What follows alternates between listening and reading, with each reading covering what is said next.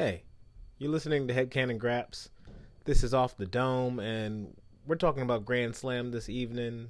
This is just some raw thoughts about the show, my initial feelings, and for a little more concentrated analysis, I'd say visit the WrestleHook Podcast sometime. Hey, follow us on YouTube, follow us on Twitter, and then keep an eye out because we're going to do a review sometime this week talking about the show. Brendan, my co-host, just has not had the time to get to the show. But my raw thoughts about Grand Slam so far, we'll kick off with the beginning of the show with Danielson and Nigel McGuinness. Nigel comes out teasing, hey, is Danielson even going to come out here? What's going on? You know what? They played Danielson's I'm going to take my time, whatever that song is. They played that. Nobody comes out. McGuinness says, hey, you know what, ref? Start the count. I'm about to be the winner of this match. It doesn't matter. Go ahead and do it. And then we get the Rumble. Because I noticed there's a Rumble before it takes off. I noticed it during some of the live appearances at Forbidden Door 2 last year when he first did it. And then also at All Out this previous couple weekends ago. There's a Rumble right before it happens. And then my man Danielson comes out to the final countdown. They are just blowing the budget on this song. So, hey, I love it. This is going to be his final run.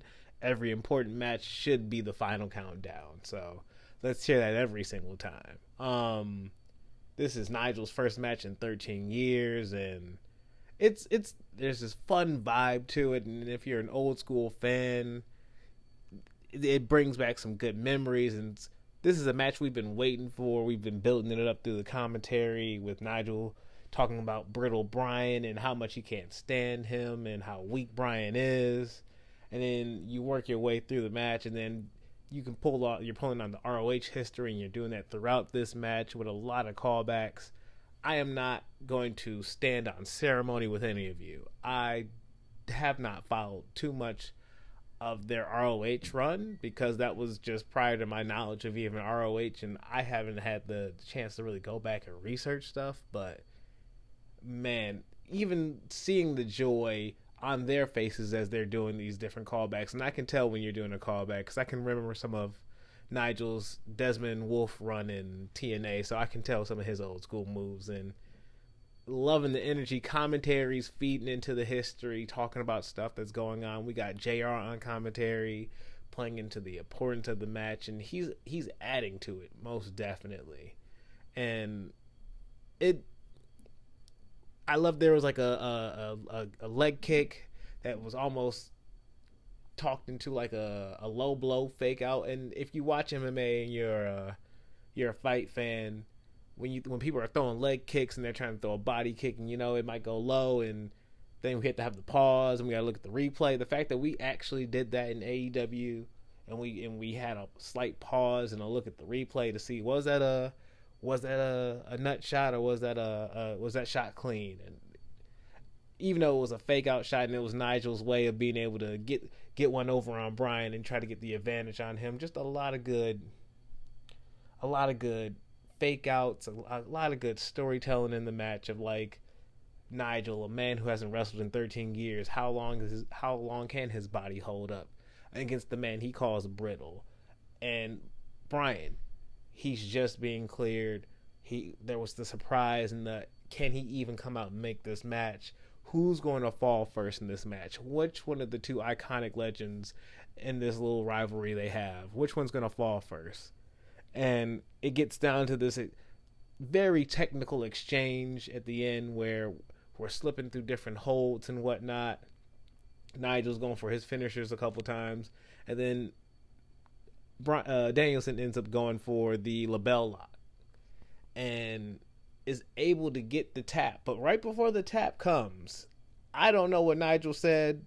I don't know if it was thank you or fuck you. I thought it was fuck you at first because like you're gonna keep hating Danielson to the end, and that's just like that's the gimmick at the point. But if it's thank you, maybe it's Nigel having that final release saying, okay, I can let wrestling go. I've got this itch out of me. And maybe we even see by the end of it, Nigel come out and show some type of support to Bryan at some point through this last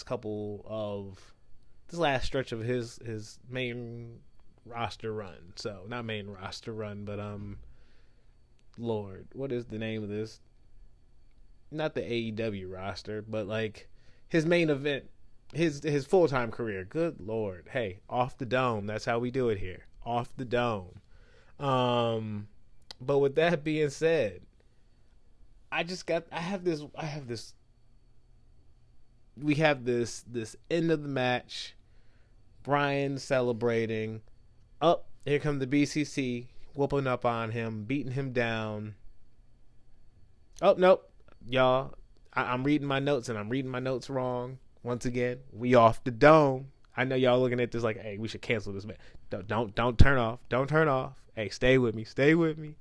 But after the match, Christian Cage's music hits.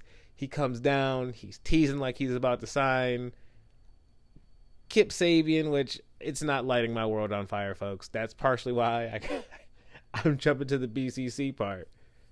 It's Kip Sabian comes out, slips, grabs the pin from Christian Cage, so he can't sign the contract. Which, in my opinion, we know there's another pin at that ringside area. So just keep walking down to the ringside area, have Luchasaurus and whoever jump Bryan while you try to find a pin. But like, that's your excuse to get away from it. Until we got around the corner and Christian kept chasing him, and then the BCC were just hanging out there like, yo, what's up? Yeah, we watching you. You bet not cash that in. Like, I question how long are we going to wait for that, and if they're just going to keep blooming over and protecting Bryan from Cage until there's some resolution. But now with Mox winning, well, spoiler alert, Mox won.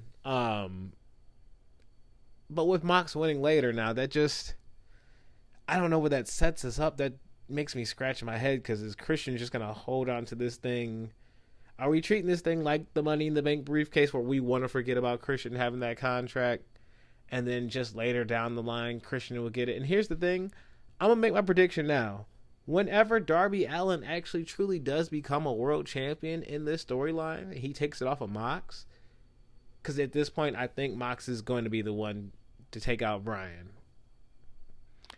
I think Darby gets it and then instantly loses it right away to Christian Cage.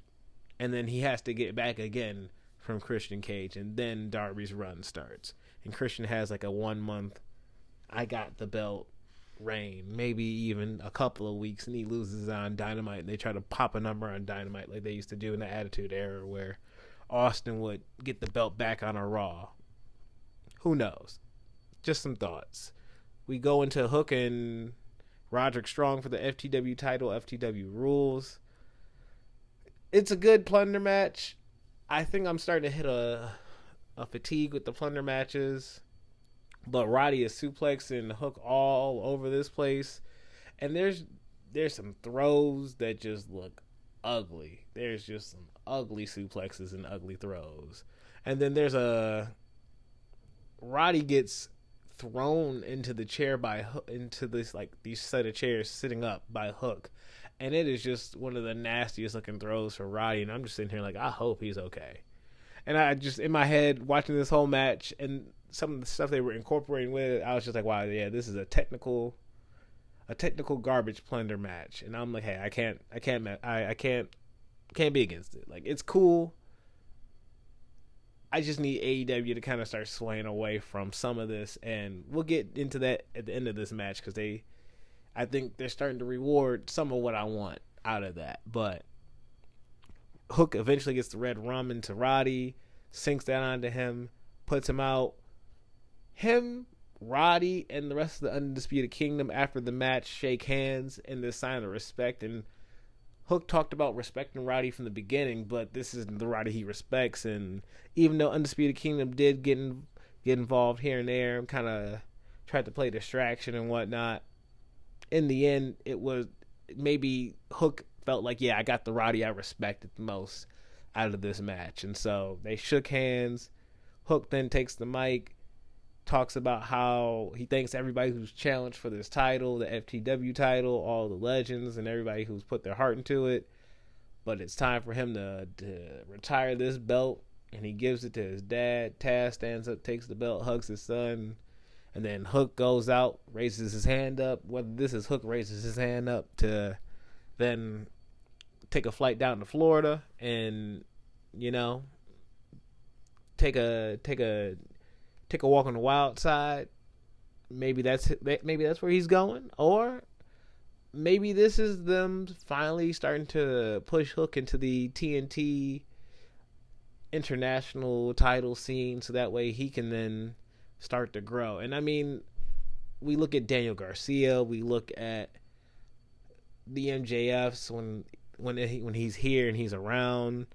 Kyle Fletcher has had way more TV time and such a prominent more space. Hook has been prominently featured for the last, since his first FTW reign. He's pretty much been featured on and off throughout TV constantly, a lot more regular than some other stars in the company. So I think we're getting that young blood push, and we're trying to see who we can get to the top and what young stars we can really get on fire here in AEW. And so I'm liking the youth movement. I'm curious to see where we go with Hook, as if he does end up staying and he does resign with AEW.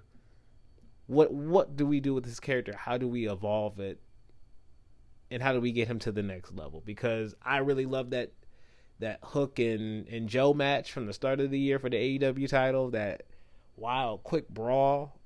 I want to see more of Hook and some just good storylines. And I mean, I don't know where Samoa Joe is. I don't know what happened to the Shibata storyline. I mean, I guess it went through the plaster wall with Joe, but I hope we see some type of involvement pushing Hook as a character. But that leads us to the Young Bucks and Will Ospreay. Just a fun tag team title match for me. I've been having Bucks fatigue, and I maybe it's their actual storyline when it comes to them being the EVPs and ruling over the company and the Tony Khan driver and all that. I don't know. Maybe it's not been lighting my road on fire for a minute. And I don't feel the stakes in it. I mean, the BCC feel way more lethal now than they do as a group. So, and some of their last few tag title matches they haven't been really that exciting. Being there live for the one with the BCC with Yuta and Claudio facing the Bucks, it was okay. It was an entertaining tag match. Some people took a break and said, yep, I don't even need to be here for this match. So some people went and got concessions and got ready for the next match. But it was a fun tag team match while it went. And this one, though, this one on Grand Slam, I enjoyed this leaps and bounds ahead of any Bucks tag team title match I've seen this year. And that's me including the one I saw at Dynasty, the ladder match with them and FTR. Saw that live. Didn't even like that one like that. And I put this above that one for me personally. And then the exchange, some of the sequences we had in this match. We had the power bomb to then Will coming in with the 450 to then I want to say Nick coming in with the running knee to then, hey, it really is hidden. That hidden blade came out of nowhere and got him. And then we had just a all gentlemen down, all four down, double down sequence with the crowd going crazy. And Will almost had his hand like close enough that if he was just able to inch it over a little bit more and get the pinfall, I felt like the crowd was like screaming for that because of the way the camera panned to his hand being there. So great camera work, great shot right there. But then Don's having enough of some of these sequences. It's getting too close of a match for his boys. He wants to see the gold come home. He gives, he saves a lot of money at Menards. He shops at Lowe's. He's got a credit card at Home Depot. He's got plenty of screwdrivers to go around. This man gives one to Fletcher. Fletcher runs in a panic.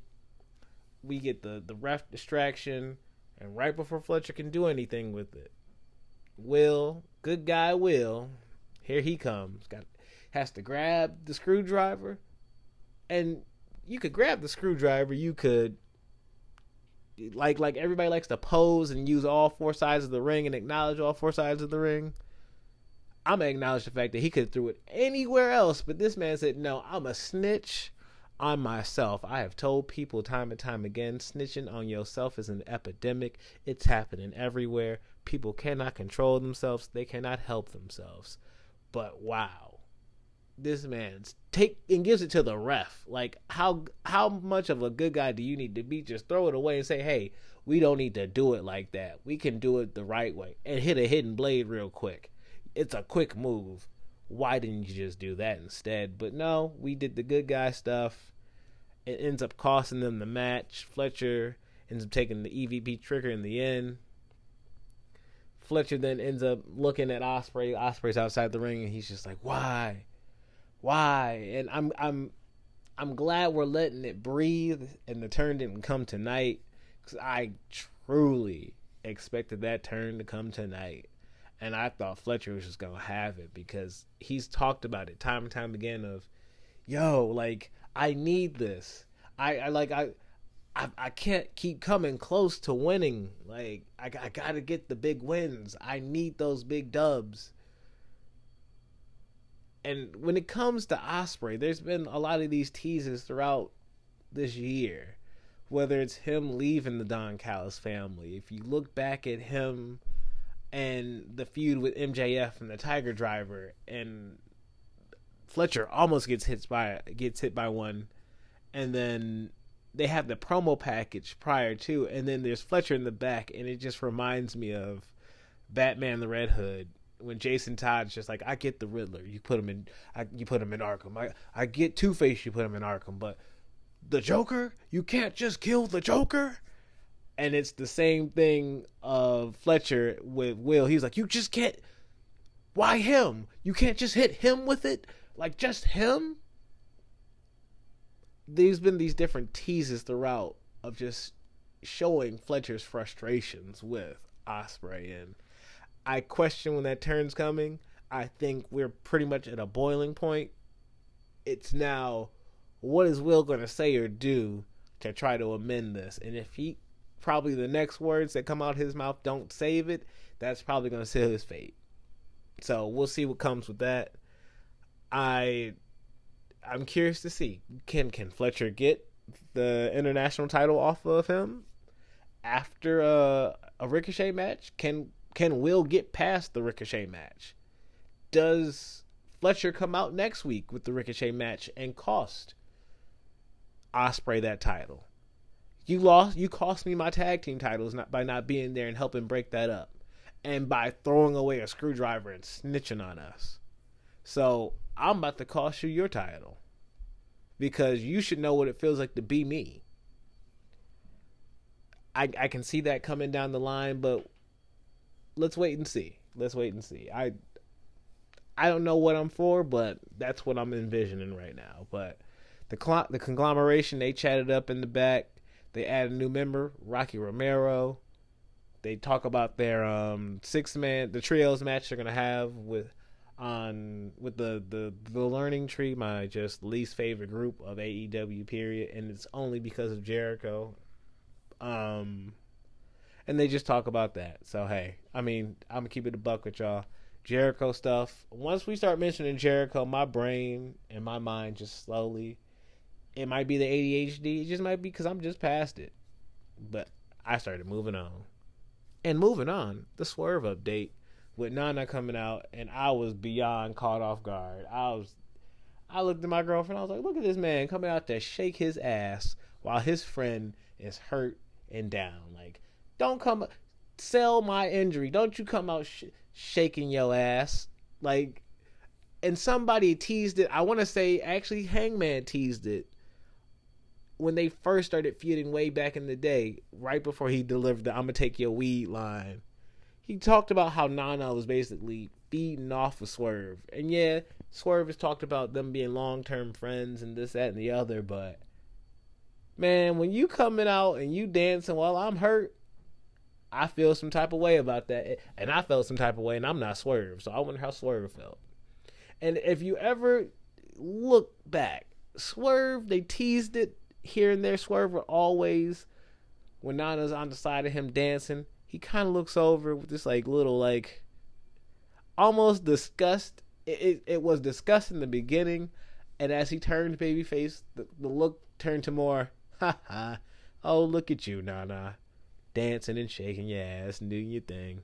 Because if you think about it, Swerve, I don't think Swerve's ever actually did the swerve while you drive dance. Like I think he's just always been Mr. Serious, and I like that. I ain't complaining.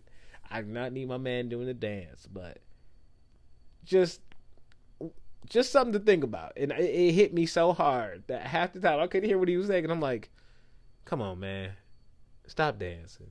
But he's like, oh yeah, Swerve's hurt up at it, but he's doing his best to get back for all of you. And I'm like, yeah, but you was dancing a second ago, dog.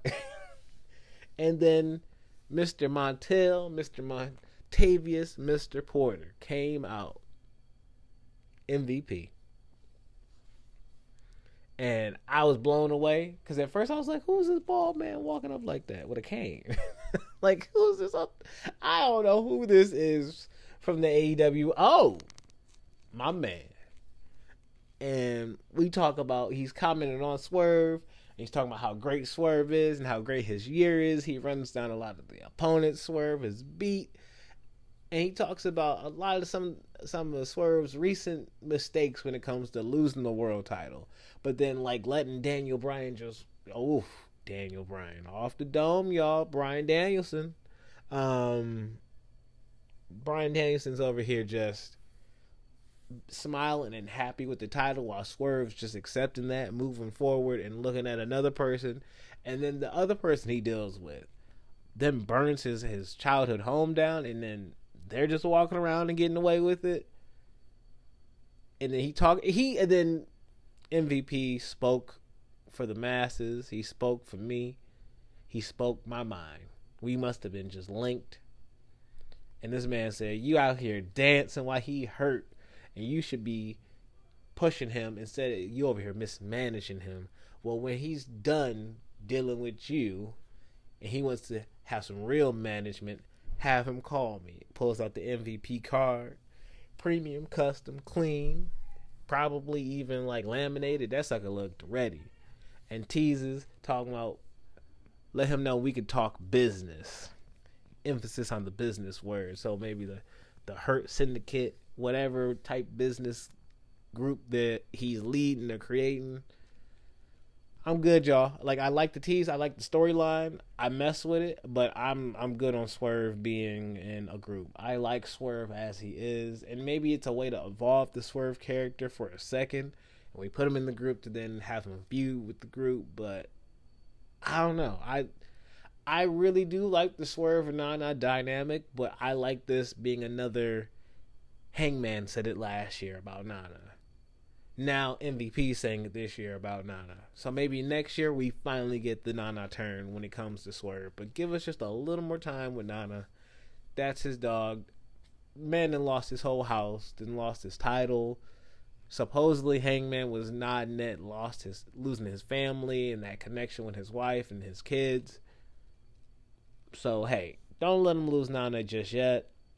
But Nana, stop dancing. We need you to take a little more serious for it looks like he looks for new management after that. So, but that then leads us to Yuka Sakazaki versus Mariah May for the Women's World Championship, and it's a fine match. I'm watching it. It looks like they're moving slow at times for me, and I'm curious if Mariah or if Yuka was working with an injury, or if there was just some crossed wires. I guess I expected a faster hitting match, and what I got out of it wasn't what I was looking for, but still I enjoyed the fact that Mariah, though I don't like what we've done with her as a character so far since the title reign has begun. Like, I don't like some of the story narrative that we're doing right now so far, I do enjoy the fact that she's had some constant television time. She's been beating people. She's beaten Nyla Rose, Queen Aminata. Now we're adding Yuka to the list, and now, and my lord, she beats Yuka with the Storm Zero. So continuously teasing and poking at Toni Storm, but then my heart just jumped. It started to sing because my girl Willow came out, and that made me just so happy. And then it was like Christmas because then Mina came out right after, and I was just, oh, what is this? And then Mina's doing what I'm doing. She, oh, what is this? Because Mariah's over here using it as a distraction to attack Willow. When Mina comes out, then she jumps up, runs up to the stage, and is celebrating with Mina. And Mina's like, "Yo, I wasn't trying to do this. This was not the plan. I'm not in on the plan. Like, what are you doing? Like, hey, yo, like Willow, this wasn't what I was trying to do. I'm sorry you got hit. Hey, you good? Mariah, what's good with you? Okay, you happy to see me? Like, I get it, but you." And so we gonna see what happens with Mina and Mariah, and how Mariah is going to either swoon her over to her side, and I think Willow's going to be a distraction to prolong the storyline, which is, it makes me happy to see Willow, but I get concerned, I get worried about where that lands for Willow then. Like, is Willow just here to take a loss for Mariah May? Because she's already lost to Mariah May, because that was in the finals of the Owen Hart tournament. So, like, unless she's here to get her dub back, and maybe we tease the longer term person who actually takes it off of Mariah, and it's Willow in the end, but we still get through Toni first and Mina, and then we get there, maybe. But I think we're teasing more Willow at Wrestle Dream, and then I think Willow's just going to end up losing the match, and then probably at World's End you get the Mina match with Mariah May. Unless we, because I think if we can save it off and do that, and then I believe Grand Slam is not too deep into the year next year in Australia, and then you could tease the Toni Storm return coming back, and she can build her way back up to the title run. But we'll see where the title picture goes. I think we're currently doing the placeholder thing, and that's why this match, I think when we have those placeholder matches, we need to build the match to be have such a strong structure around it that it gives time and room for suspense. Because I look at the TBS title match from All Out, and being there live for that was that. It wasn't a stinker, but there was no suspense. When somebody can hit 3 of their finish and the crowd don't really bite on that person still losing, that says something about the match, and it says something about the buy-in. And so how can you get us to buy into these placeholder matches like Yuka, like a Nyla, which Nyla, they had decent reactions from that match. I think even better than the match we got tonight, but it's just because, I mean, you hear the reactions from the match, and then you hear when Willow comes out, and you hear when Mina comes out, the reactions completely change, and they're definitely increased, and those pops increase. So I just want to see what I see. I want to see where we go with it, but that takes us to Mox and Darby, and man, Darby was taking some rough tumbles out the ring. These paint brushes and these throws from Mox to Darby out of the ring. Darby shows some strong flurries throughout the match. He tries to do his thing, but whether it's not Mina, but Mina Shafir getting in the way, blocking, playing distraction, or Moxley just putting on the beating and putting on the hammer on him. It reminds me of almost the Undertaker Jeff Hardy dynamic from 2002, where Undertaker was just the overwhelming main eventer, beating down on the up and comer, trying to become that main eventer and trying to reach that next level. And the crowd's like, not the crowd for that match, but the crowd for the Darby Mox match, they're chanting, "He won't die, he won't die." And I'm like, yes, he won't. Because Darby has his title shot on the line in this match, and if he loses, Mox gets the world title shot against Danielson, and we're rocking through the match. I'm like, maybe we're doing the Rocky story, but the Rocky story within the match, and Darby's gonna come back, have a strong comeback, and be able to put down Mox, solidify himself. Maybe even if he can't have a definitive win, but he slips out a win on Mox, giving him just that benefit to then go to the next level, saying, hey, I was still able to beat you no matter what. Mox being pissed about that. And then the main story, after Darby beats Danielson, if he can get around Christian Cage, it being Mox, but as I talk about it now, like listening to myself talk about it now, it sounds messy that way. And so I see why by the end of it, we get some spots where they've removed the floor covers, and now we've got the floor exposed, and Darby comes out and misses a dive onto the floor and just flat takes the bump. Then you have Mox and them battling on the top rope, which then ends with a top rope death rider, and that ends up getting Mox the win, and Mox gets the title shot. And so, because I need to pause because of the way they do him after the match, Darby, I feel so let down by the way they did Darby. Like, I am looking for the youth movement, and just like I talked earlier about how I felt like they were pushing and creating stars, I know that down the line the goal is to give Darby that win. But if you've let Danielson beat the unstoppable champion, if you've let Danielson beat Jack Perry, who Darby couldn't beat, now he's beating McGuinness, like he's starting to build up these wins. He just got done winning the Owen, so he has all those wins from the Owen as well. Give Darby that win over Danielson, and that being a match, to me that match just seems way more exciting than a Mox and Danielson match. And I get that they love each other and that they both respect each other so highly, and they both think each other is the best wrestler in the world.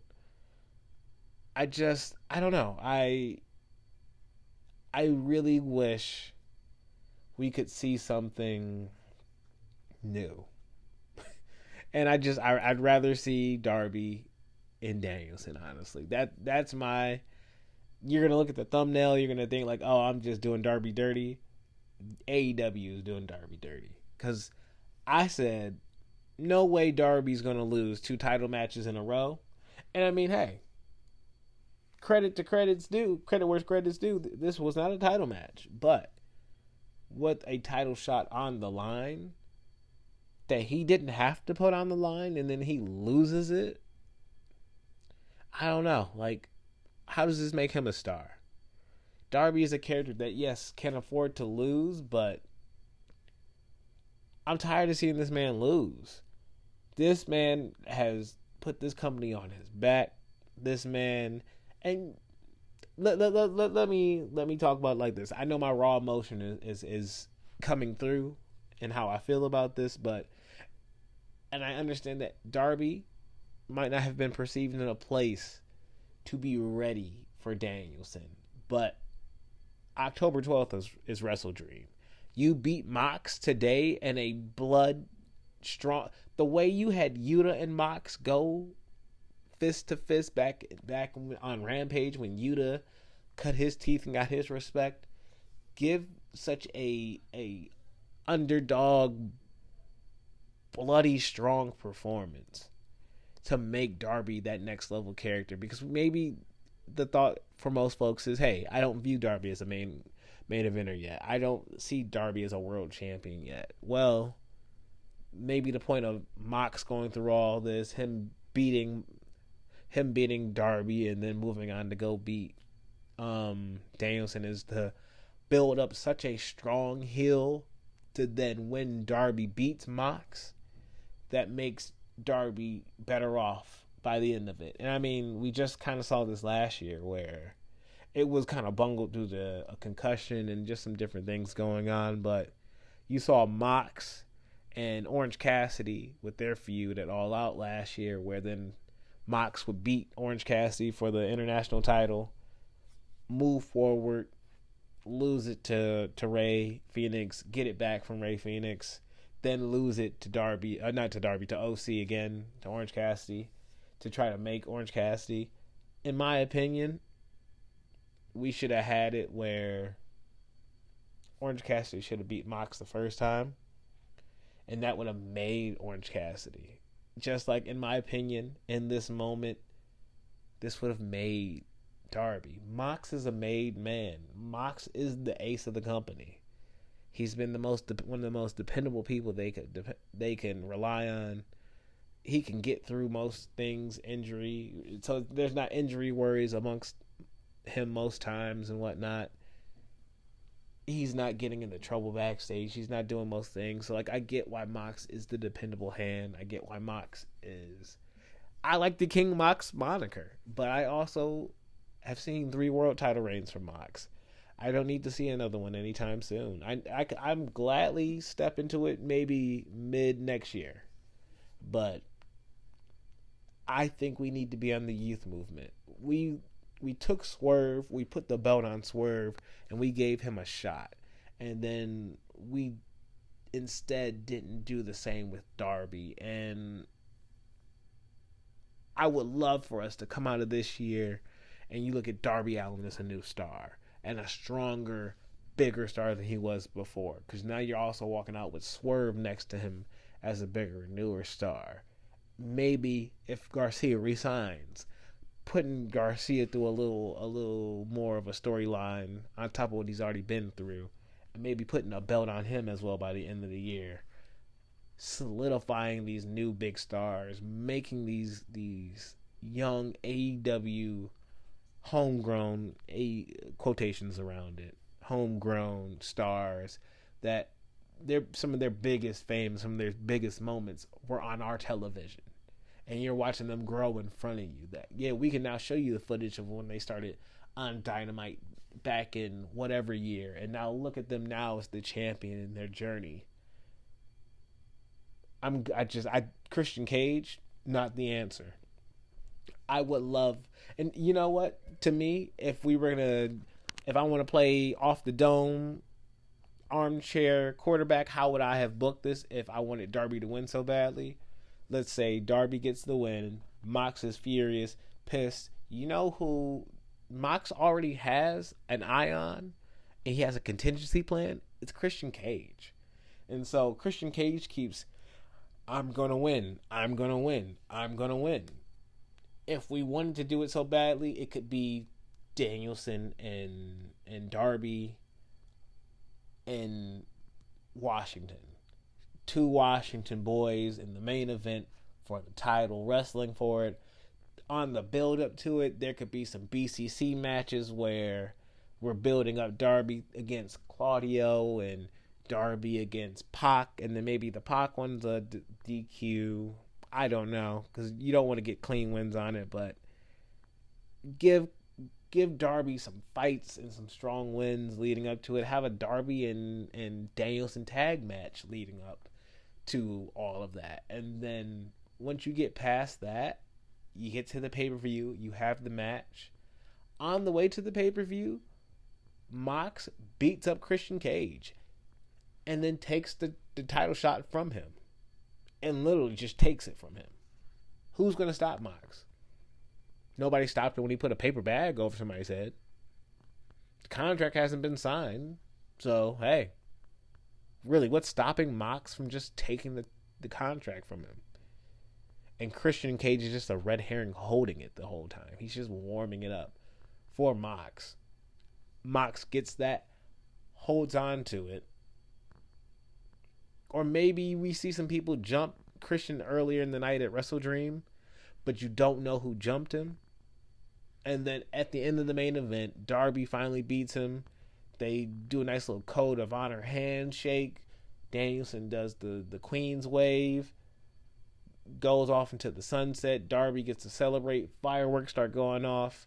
Almost SummerSlam 2013 style. It would when Danielson was on the other side of it. And then have Danielson be basically John Cena, have him escort off, disappear.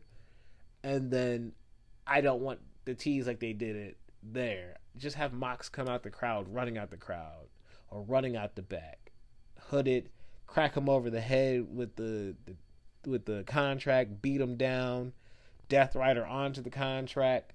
Contract's already been signed, because why don't you sign a contract before coming out, fool? And then hands it over to the ref, pins. At Wrestle Dream, we get 2 new AEW World Champions. Darby Allin gets to beat Danielson. Then, bloodied and beaten down, he goes into his feud, his now year-ending feud, to get to through full gear and even maybe World's End, with Darby Allin versus the BCC and King Mox. I don't know. I like that, but it's saying that option out loud. It makes me still wish we could have got that instead, because I really don't want Christian Cage having a title shot. I might not want Mox to have it, but then you're telling me, okay, Christian Cage is we're not going to have all these cool different new matches for Danielson on his way out. Mox is just going to beat Danielson, and then he's not retired forever, but we're not going to get anything new out of that. So All Out, we got Jack Perry, which, hey, homie, it didn't light my world on fire. I'm glad we got McGuinness. We could have got McGuinness at All Out. We could have got another opponent at All Out. You're telling me that this is where we're going and this is how we're ending it. I've got some raw feelings about that, but if this is what Danielson wanted, hey, I get it. And health is health, and I want the man to get healthy. So as a fan, that should be the most important thing, is the man's health. The legitimate health, not his little kayfabe, I want to have seizures in my neck. I don't know how bad his neck actually is, but hey, I'm talking about the real. I want the actual Bryan Danielson to get good. So, but that leads to Danielson coming out and with some type of like rope or cord choking Mox. The BCC come out to deal with Danielson. Yuta does not appear. I like that. People start chanting for Yuta. People want to see Yuta, but Yuta does not appear. Private Party and Commander, they came out to save Danielson. They attacking him, tease, and now they're accepting the open challenge for Grand Slam. That leads us to then seeing Danielson get on the mic, declare, "Oh, you want war, Mox? I'm gonna give you war." And at Wrestle Dream, you got your match. It's you and me for the AE World Title, and he was like, "I'm gonna kick your fucking head in." He did it again, and they blanked it out again. But hey, I love that they're willing to just hey, we are spending the budget on the final countdown. We got all the F-bombs reserved for him on the way out. Like, go ahead and keep kicking people's fucking heads in, do your thing. And to me, my resuming thought was, they did the panning shot at the end, and I'm looking at Private Party and Commander all standing alongside Daniel Bryan, and I'm like, that's fucked. Darby ain't nowhere to be found, man. They did Darby like The Miz. The Miz evaporated on Monday, and Darby evaporated on Wednesday. That broke my heart. I'm like, he can't even stand alongside Bryan. Like, we can't even be a team. I told you in my story, at least he could be a team with Bryan, but man, that kind of rocks me. So and not in a good way. Like, we gonna see where it goes. I just feel like Mox is more the same, and I get that he's a safe hand, but I'm just looking for some new. And I love the thought of Danielson versus Darby, and we might not get that to the part-time run, and so hopefully we get it at all if we get it, and so we'll see where things go. Wrestle Dream is not some definitive end-all be-all that this is where the man loses, but who knows? I'm trying to ride the wave and see where it goes. That's just a phrase I like to say a lot. Just ride the wave, and because that's what you got to do in life. Life throws different things, but sometimes by the end of the journey, you end up loving it. And so ride that wave. But we'll see where this wave takes us, folks. But with that, that's all I got. A fun Grand Slam. Enjoyable crowd. Not as hot as previous years, but not as big as previous years. And that's not a slight on the company. That's just where things are. And so, hey, I enjoyed the show. I enjoyed some of the things I got to see from it, and I can't wait to see some of the other fallouts on Grand Slam Rampage and Collision, where we have the Jamie Hayter Saraya rules match. That's interesting, and I'd love to see the trios match for the titles. And I hope the conglomeration just. When will Jericho just take this break? When will he go away? Is the joke on him? Is the joke on us? I think the joke is not all of us, but hey, that's it for me. That's off the dome.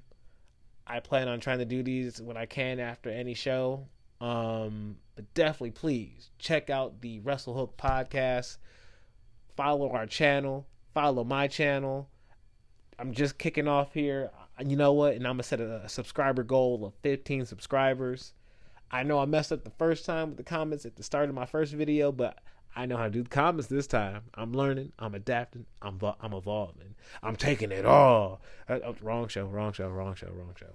Anywho, with that being said, like this video. Please share it with somebody. I would love to just get my voice out there, get my thoughts out there. And please, in the comment section, I want to hear your thoughts. I want to interact with your thoughts. And so please, what was your favorite match on this show? What was your feelings about Darby winning or losing? Where are you at with the Mariah May storyline? And who do you want to see her lose it to? Who do you want to see her face next? When do you think Tony should come back to face her? And does she lose to Tony? That's a lot of questions. But hey, please let me know and talk to your boy. Also, where's Mercedes Moné at? Unless I just blanked and missed her on this show. Where's she at, though? That's all I'm saying. Peace and chicken grease, y'all.